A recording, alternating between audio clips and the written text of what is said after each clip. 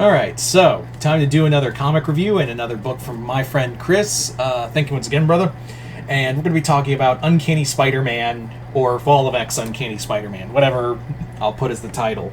So yeah, this was part of the Fall of X storyline, and this was written by Cy Spurrier, with artwork by...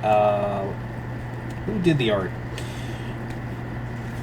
Artwork by Lee Gabbett and Matt Milla. It also kind of alternates between art in a few places. So, Uncanny Spider-Man was probably one of the most talked about during when Fall of X was going on. A lot of people were talking about Uncanny Spider-Man because we were going to have Nightcrawler take on the mantle of Spider-Man, and we thought like, oh my God, is something happened to Peter or something like that? No. Basically, Nightcrawler bounced during the events of Fall of X and is still dealing with a lot because there was a storyline where his mother basically turned him into a monster that assassinated several world leaders and kept Krakoa from getting into the United Nations. Yeah, so he was dealing with a lot. So Kurt just basically... isn't that crazy, by the way, that, like, his course of action is just... a lot's going on right now. Let me pretend to be a Spider-Man character and bounce around. Like, how do you get there? Like, you'd think, like, Kurt, of all things, you're having a crisis and you pick to be the character who has probably worse luck than most Marvel characters. Okay. But more or less, it's just like, I see how Spider-Man, like, helps people, and all I want to do is just help people. I don't want to be connected to mutant shit right now. I'm dealing with a lot. I'm still coming down from a lot of trauma. I just need a break. Well, unfortunately, that break doesn't happen because, Vulture has joined Orchis and has now been using, a kidnapped warlock to enhance himself as well as mind control mutants through Phalanx technology and essentially use them as hunting dogs. On top of that, he's hired Silver Sable to try to hunt him down.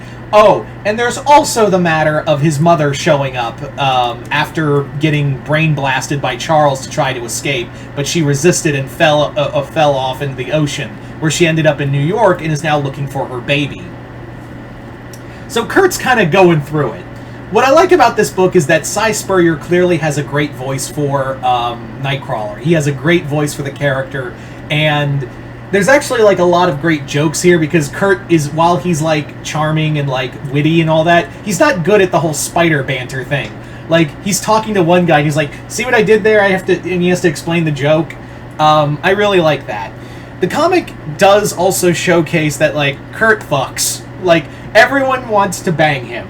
And that's, like, Kurt is just, like, doesn't have any, like, mutant pheromones or whatever. He's just charming. Like, he literally... and I do stress, literally, charms the pants off of Silver Sable.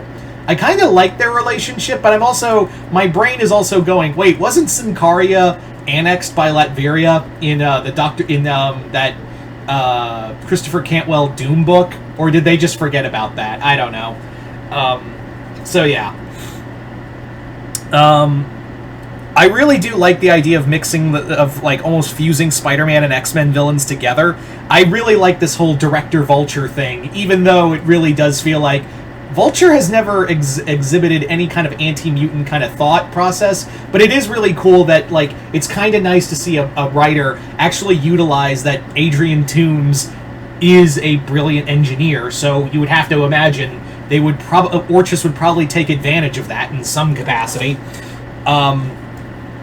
I also really like it. Let's also talk about the other big thing in this comic, is that we also have a special issue called X-Men Blue Origins, which I should have feel like, why did we need a special one-shot book when this could have just been issue 5 or something? I don't know. It's one of the minor complaints I have with this book is that having a completely different issue in the middle of a story that is pretty much essential to the comic, it feels weird. Like, it feels out of place. Like, it should, but whatever. And that is the inclusion. That story basically reveals the true origin, or until Marvel retcons it again, because, you know, comics are big on that, of how Mystique and Destiny were actually his biological parents, and how Kurt actually was born. He's not Azazel's son, he is actually Mystique's son, because she changed genders and impregnated Destiny. Now, I know that got a lot of voice in it, and I personally like the change because it makes sense. And also, it's been something that Chris Claremont has wanted to do with the character since her inception. He just never got the chance to, because people like Marvel at the time, back in the 80s, were like, yeah, people aren't going to like that, Chris. That's going too far. So it's really cool to see that, and it's actually really neat. In the end of the Krakoa era, Chris Claremont actually got to write a comic talking, like, having the finals, that was basically his final say on the whole matter. So I really like that. And again, I really have to stress, I really, really want to see a Darkholme family comic. Like, I want to see a comic that focuses on Mystique and Destiny, along with Rogue and Nightcrawler and Gambit, since he's married to Rogue.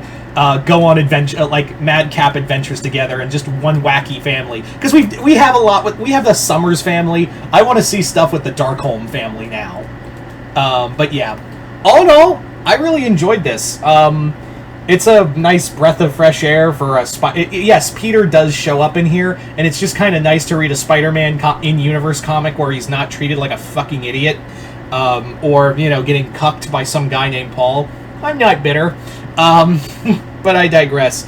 Yeah, the comic is a pretty solid story. I personally like the retcon.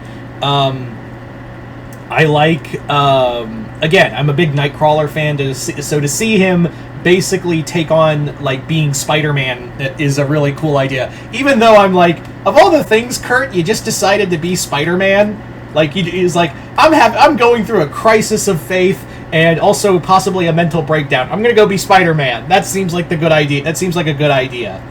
Anyway, so yeah, I really enjoyed it. Go check that out. It's out now in trade. Go check it out. And yeah, once again, I'd like to thank Mount Vernon Kid for sending me that comic. And yeah, you guys tell me in the comments below, what did you guys think of Uncanny Spider-Man? Did you guys like it, hate it? Comment below, let me know. Other than that, hope you all enjoyed this. I'm Mr. Multiverse. I'll see you next time in the Multiverse.